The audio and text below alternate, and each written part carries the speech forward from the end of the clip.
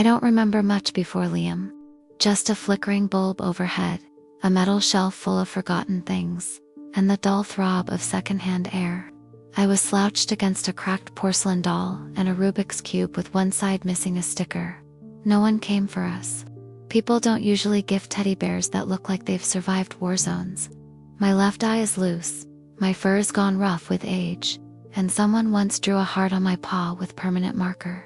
It's faded now, like most things here. Then one day, I was picked up.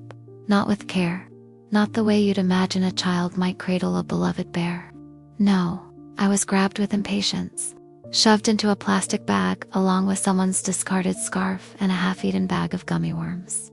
The woman didn't even look at me, just mumbled something about shutting the boy up. He likes soft things, right? Just get him something, anything. I'm not spending more than $5. And that's how I met Liam. He didn't open the bag himself. The woman, I never learned her name, yanked me out by the ear and tossed me onto his bed like I was part of the trash she forgot to throw out. There, stop whining, she barked before slamming the door behind her. Liam didn't speak. Not to her, not to me, not even to himself.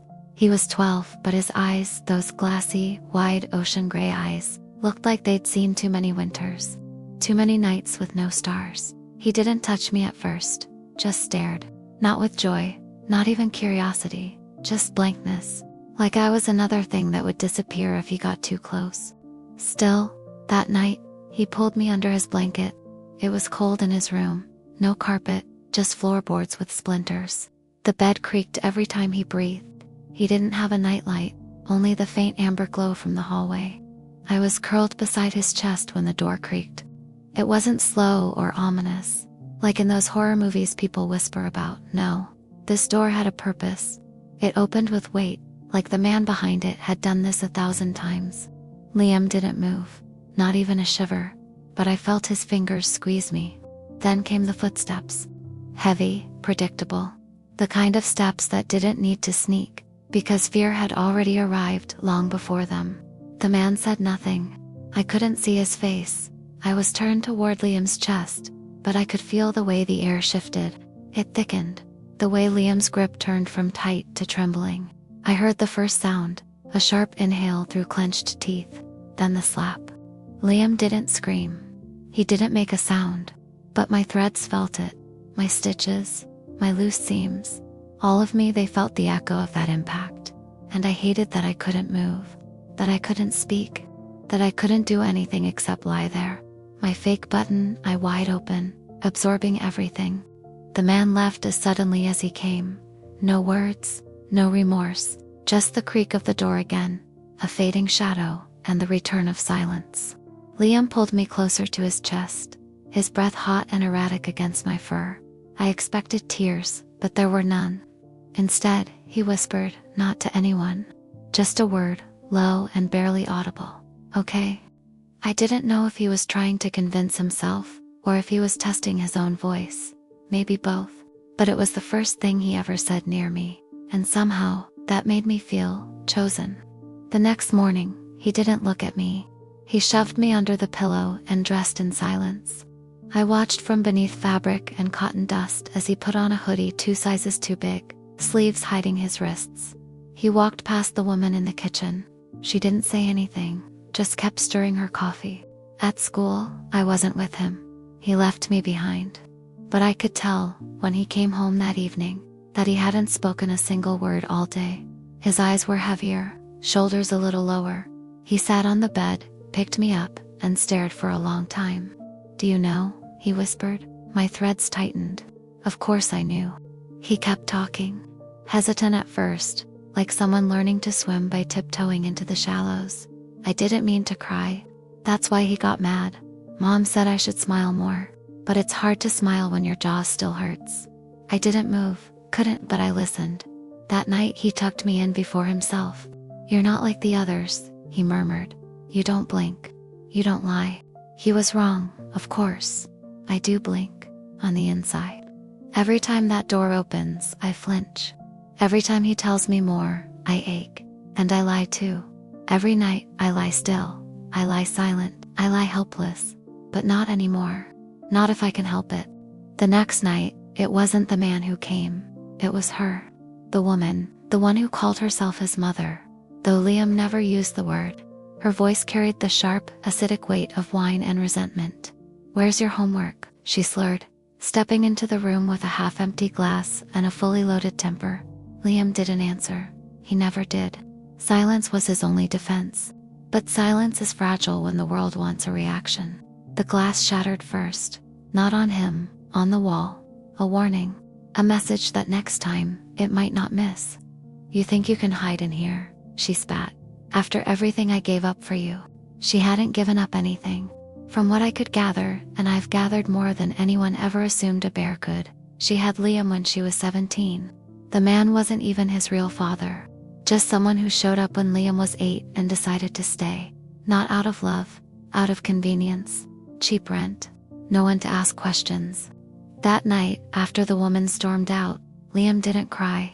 Instead, he talked, not loudly, just enough for my fabric to carry the vibrations. "She hates me," he whispered, pulling me close. "They both do." I wanted to scream, to shake him, to tell him it wasn't him, that it was never him. But all I could do was listen. "I dream of setting the whole place on fire," he said suddenly, as if the thought had been buried deep but now clawed its way out. "Not so they die, just so they finally see how much it hurts." And I knew in that moment he meant it. There's something you need to understand about Liam. He wasn't born broken. He was broken systematically. Night after night, silence after silence, slap after slap. But he was still human. And humans, even the most shattered ones, dream of being heard, of being seen, of making someone, anyone, pay attention. Days passed. The routine didn't change. The man would beat him when he drank.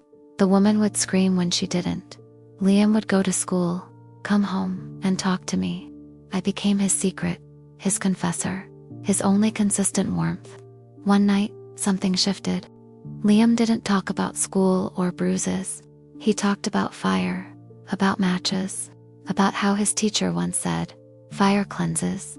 He was 12, and he was planning not murder, not revenge, just a signal. "I'll light the bathroom curtain," he told me, voice calm. "It'll be small, just enough for the smoke alarm. Maybe then someone will come. Maybe the neighbors will call someone. Maybe someone will see me." He was looking at me when he said it. I didn't blink. I couldn't, but I wanted to. I wanted to blink slow and long, and full of all the worry I couldn't speak. "You won't tell, right?" he asked, and I didn't. I couldn't. That's the curse of being a toy. You absorb. You never act. You're the silent witness in the crime scenes no one reports. But that night I did something I never had before. I rolled, not far, just an inch, but enough. Liam was startled. He stared. "Did you just move?" I didn't respond, obviously, but I didn't need to. The timing was enough. He laughed. Not joyously, not loudly, just a soft, breathy thing, like disbelief exhaling. "Maybe you're haunted," he said. He kept looking at me, as if searching for a soul behind the stitches.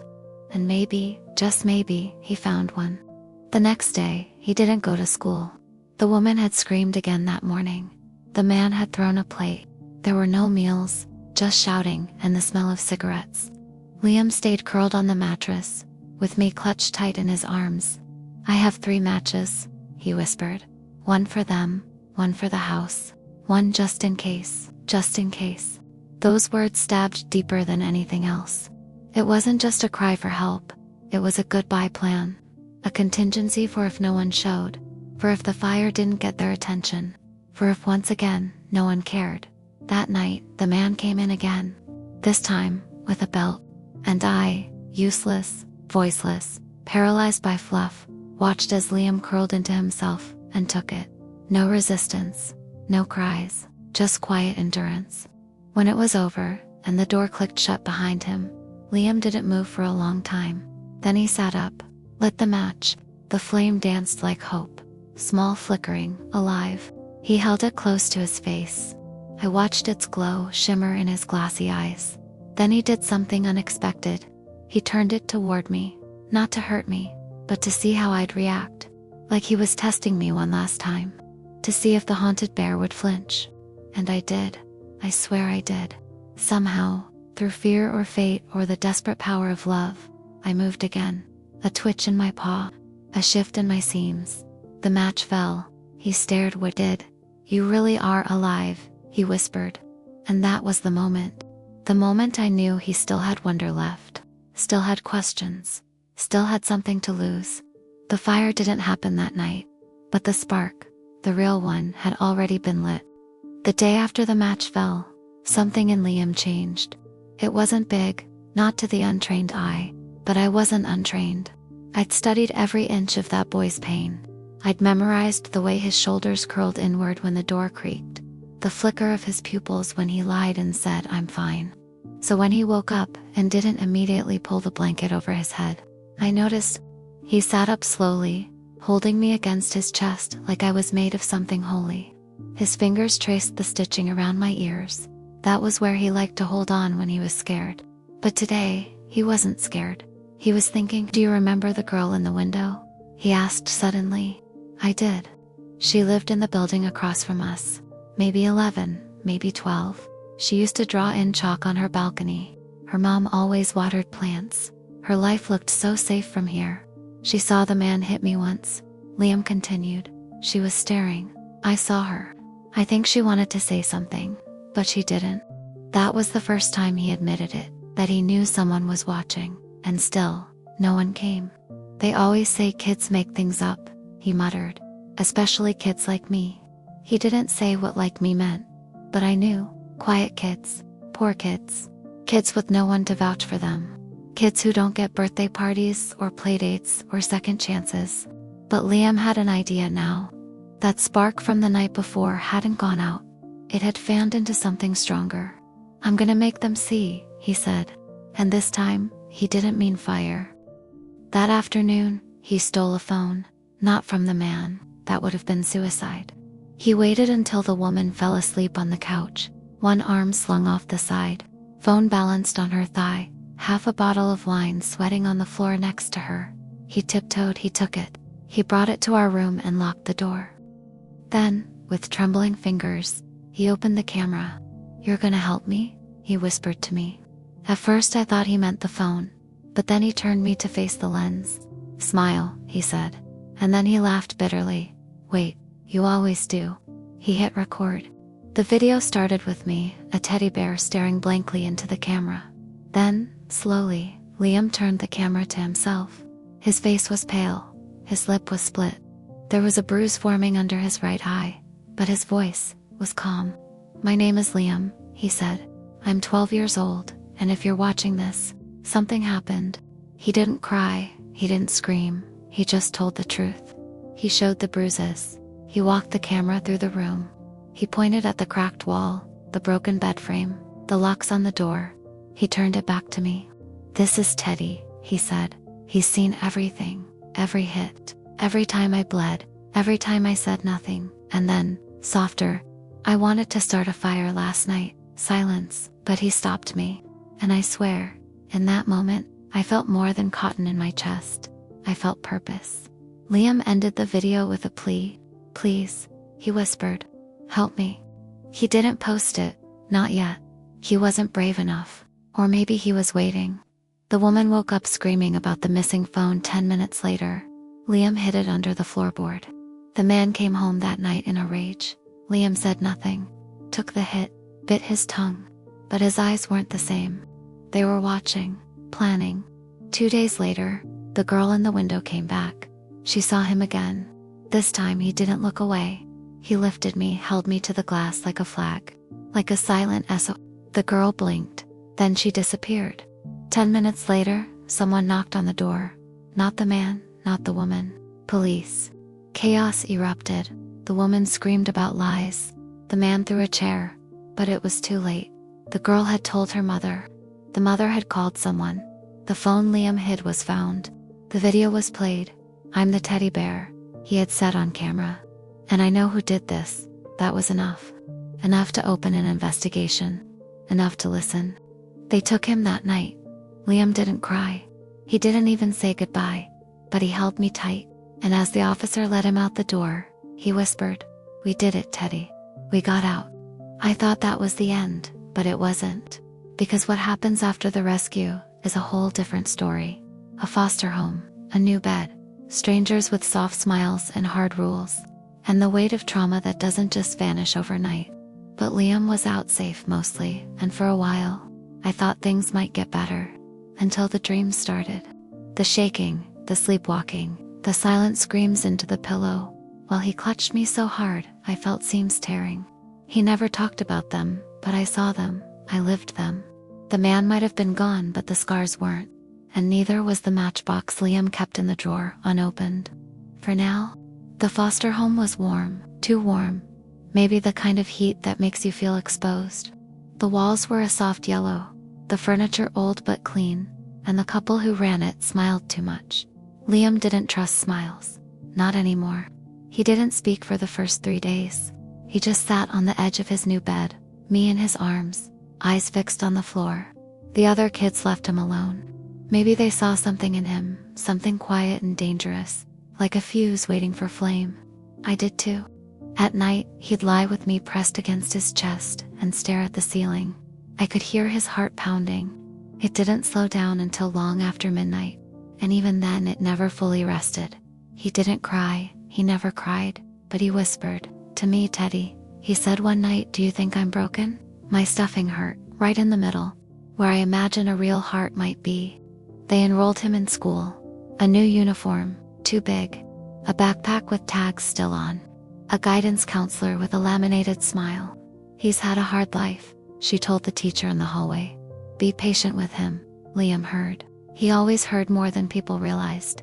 In class, he sat at the back, said nothing, drew in the margins of his notebook, pictures of flames and eyes and bears, with stitches for smiles. At lunch, he didn't eat, just picked apart his sandwich and fed the crusts to birds through the fence. But he watched, he always watched. There was a boy named Tyler, loud, cruel in the way only kids can be. He pushed others, laughed when they cried. Liam didn't flinch when he was targeted. "Nice bear," Tyler sneered one day. "What are you, 6?" Liam said nothing, but his grip on me tightened. Later that day, Tyler's locker mysteriously jammed. Someone had shoved gum into the hinges. His history report vanished. The fire alarm went off during gym. No one ever suspected Liam. But I knew it wasn't revenge. Not exactly. It was balance. Liam didn't want power, he wanted control. After years of chaos, he needed to know he could push back, that he wasn't helpless anymore. He didn't hurt anyone. Not yet, but he could have. And that thought scared me more than the man ever did. One night, he had another nightmare. This one was different. He wasn't being hit. He was holding the match, striking it, laughing. He woke up screaming, soaked in sweat, nails digging into my fur. That's when the foster mom came in. Her name was Marie, mid-40s, soft eyes. She didn't flinch at his scream. She didn't call him a freak or tell him to be quiet. She sat on the floor beside his bed and waited. Liam stared at her. He didn't speak, but slowly he passed me to her. She blinked, surprised, then smiled. Not the laminated kind, the real kind, the tired kind. "You want me to hold him?" Liam nodded. She cradled me like I was glass. Then she looked at Liam and said, "It's okay to be angry." He blinked. She added, "It's okay to be scared too." That was the first time someone said it like it was normal, not like a weakness, just a truth. The next morning, Liam made toast. Burned it, of course. But it was the first time he touched the toaster since arriving. He also talked to another kid, just one, a girl with a limp and a shy smile. He let her hold me for a minute, just one, but still, progress. But trauma is not linear, and healing is not a straight road. Because the next day, Liam came home to find something on his bed, a gift. Wrapped clumsily, he opened it. Inside a brand new teddy bear, fluffy, clean, smiling. I was still in his hands. Liam stared at the new bear, then at me, then he stood up, walked to the trash bin, and threw the new one away. That night, he whispered again. "I don't want perfect," he told me. "I want real." He paused. "I want someone who saw it all and stayed." And that's when I knew he didn't need saving anymore, not the way he used to. Now, he needed truth. He needed to know that what happened mattered, that it left a mark, and that was okay.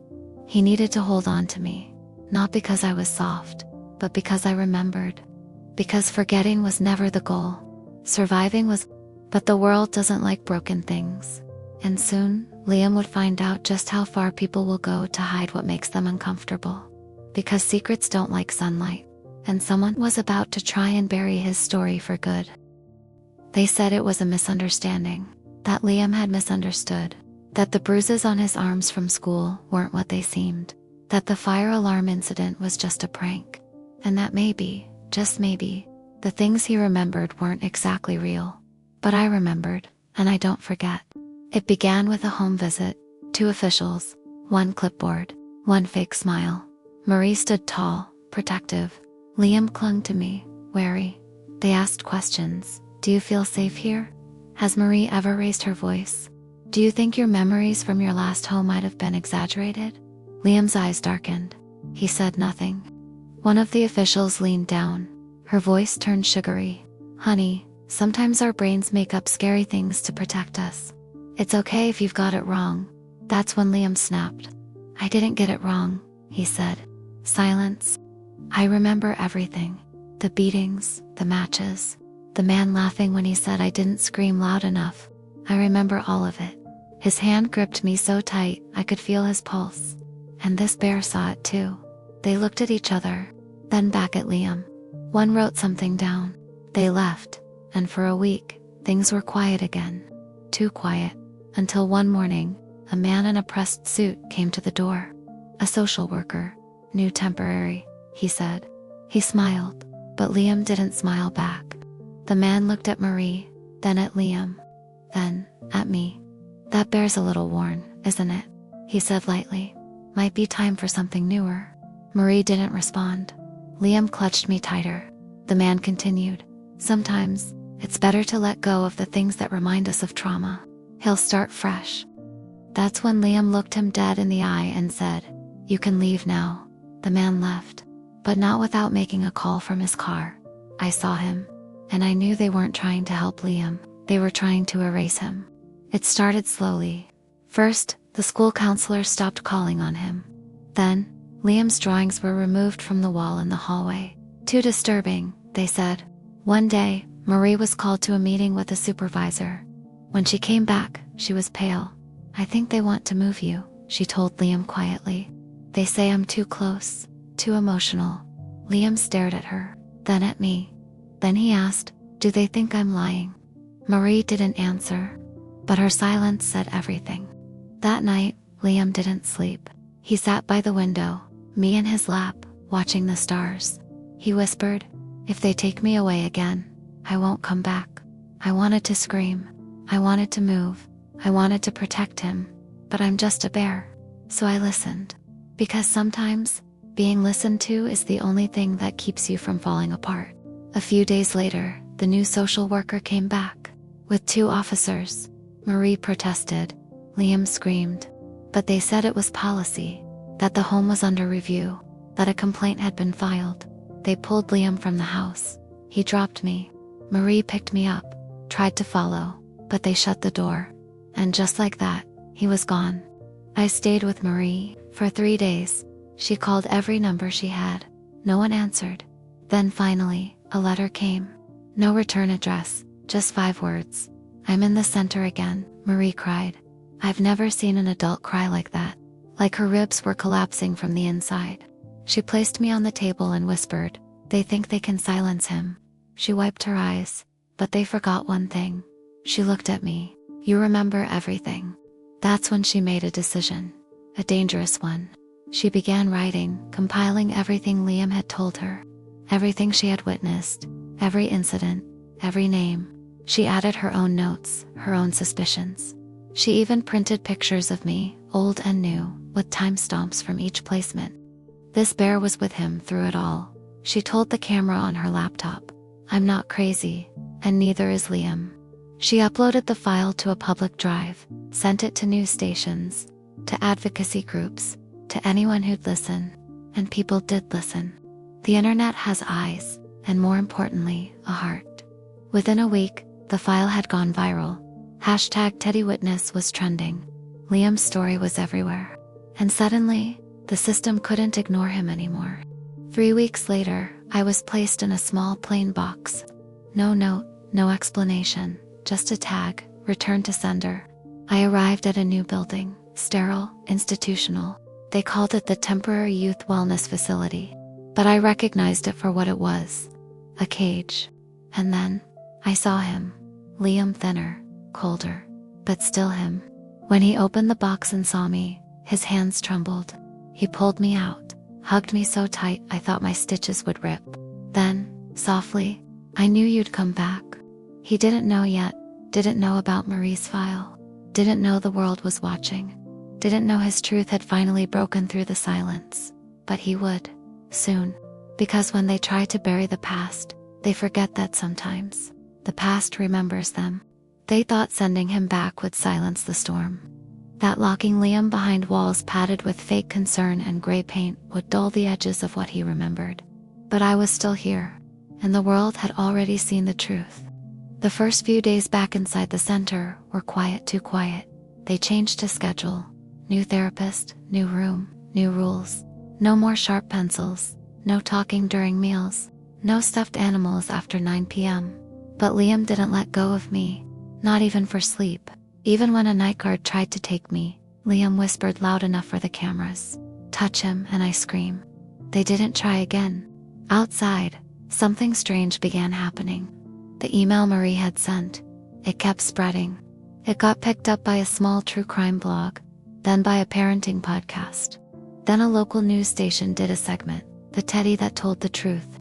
The clip showed Marie's voice reading Liam's quotes, his bruises, his silence. Me, sitting in frame, small, worn, still.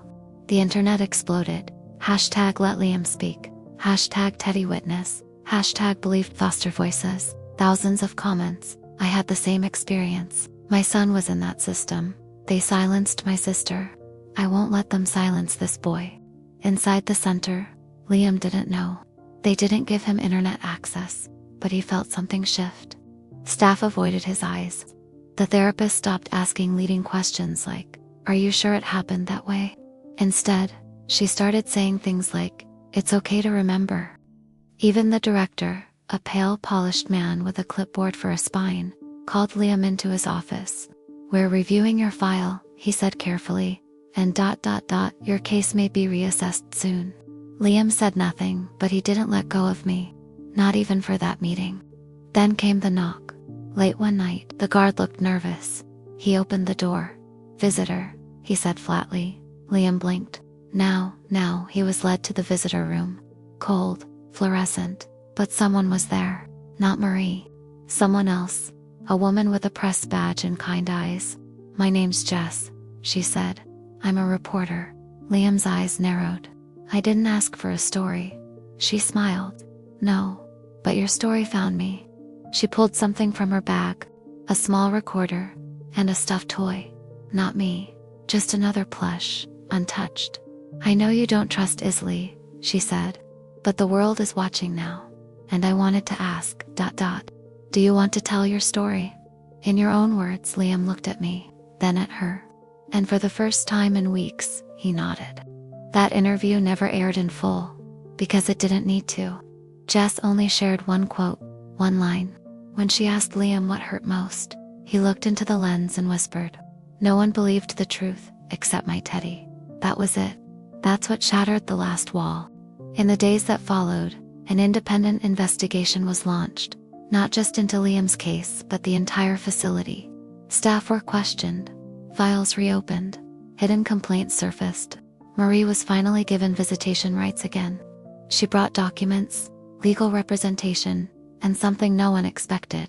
A child advocate lawyer, who had once been in foster care himself. His name was Aaron, and Aaron believed Liam from day one. But even with the truth unfolding, Liam still flinched when someone raised their voice. He still kept me tucked under his arm like a shield. Healing, I learned, doesn't happen when truth is told. It happens when truth is heard. Then, one morning, they called Liam into the same office again. The director looked pale. 2 caseworkers stood behind him. Aaron beside Liam and Marie, finally on the screen via video call. The director cleared his throat. "We've reviewed everything. And based on new evidence, testimony, and the public response." He looked at the floor. "We believe you." Liam stared at him. "No," he said. "You finally believe me. That's different." The man didn't argue, just nodded. An hour later, Liam was packing. He didn't have much. A few clothes, a few sketches, a journal, and me, always me. Marie was waiting outside, tears in her eyes. Aaron gave him a fist bump. Jess was across the street, not filming, just watching, smiling. As the car drove away, Liam looked out the window, then down at me. "They tried to erase me," he whispered. "I said nothing, but they forgot you. He squeezed me, and you remembered everything." I thought that was the end. The system tried to erase him, but the world and I held the truth too tightly.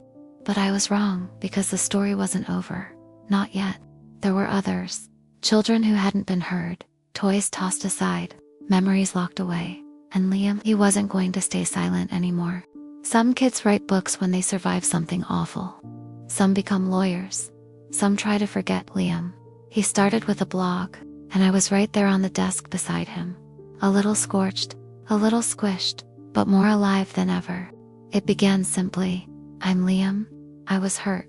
I survived. This is my story," and it exploded. Hundreds of comments in days. People who had been through the same things. People who never thought they'd talk about it. Foster kids, runaways, former staff. He didn't write about everything. Not all at once. But every post was a wound peeled back gently. Every line a piece of broken truth stitched together with careful words. He titled the blog, "The Teddy Saw Everything." And for once, it wasn't a metaphor. One night, Marie walked into Liam's room, their new apartment, small but warm, and found him asleep at his desk. The glow of the laptop screen still on, my body tucked under his cheek. She read the last few lines he'd typed. "They told me no one would believe me. But one small bear with button eyes remembered every scream. So now I speak for him, and for every kid still locked in silence." She didn't wake him, just pulled a blanket over his shoulders, kissed his head, and whispered, "You're doing good, baby." A few weeks later, a knock came at the door. Not the kind you fear. A soft, rhythmic knock. When Liam opened it, there was a girl, maybe 10 years old, standing there with a pink backpack and wide eyes. Behind her, a social worker. "This is Ava," the woman said. "She's just been transferred. She asked for you." Liam knelt down. "You okay?" Ava didn't answer. She just reached into her bag, pulled out a ragged bunny toy, and whispered, "He saw everything." Liam looked at me, then back at her. "Then he's family now." Over the months, more kids came. Some stayed a day, some a year, some just sent letters. Each one had something in common. A toy that knew, a blanket, a doll, a dinosaur, a sock puppet. One had a keychain shaped like a tiny chicken nugget. Don't ask me how it witnessed anything, but the kids swore it had. They sent us photos, wrote testimonials, even made videos. One girl made a comic series, "The Bear Who Wouldn't Blink." I had a cape in it. I didn't mind. And then came the lawsuit, filed by Aaron and a team of lawyers from across the country. Not just against the foster center, but against the entire network that ignored Liam's cries. Marie gave her testimony. Jess published her expose, and Liam stood before the court, not shaking, not silent. He held me in one hand and a stack of notes in the other. "My name is Liam Carter," he began, voice clear. "I'm not just a survivor. I'm a witness, and I remember everything. Because he did first." He pointed at me. The courtroom didn't laugh. They listened. The settlement came 6 months later. Money, yes, but more importantly, reform. New regulations for foster care. Mandatory toy checks during wellness inspections, because sometimes a bear can say what a child won't. Staff retraining. Anonymous testimony allowed from foster children. And most beautifully of all, Liam's Law. A mandate that every child removed from an abusive situation must be given access to one comfort item from their previous life. No questions asked. Even if it's just a stuffed bear with stitched up ears and a singed paw. One night, after everything quieted, Liam sat on the rooftop. I was in his lap. He looked up at the stars and whispered, "You know, I used to think I was crazy. Talking to a toy." I said nothing. He smiled. "But maybe you're not a toy. Maybe you're a witness." He was quiet for a moment, then added, "And maybe, so am I." That night he didn't sleep, hugging me. He tucked me on the shelf beside a photo of Ava, Marie, Aaron, and him. He didn't need to hold me anymore, because now, he had others holding him. And I finally closed my eyes.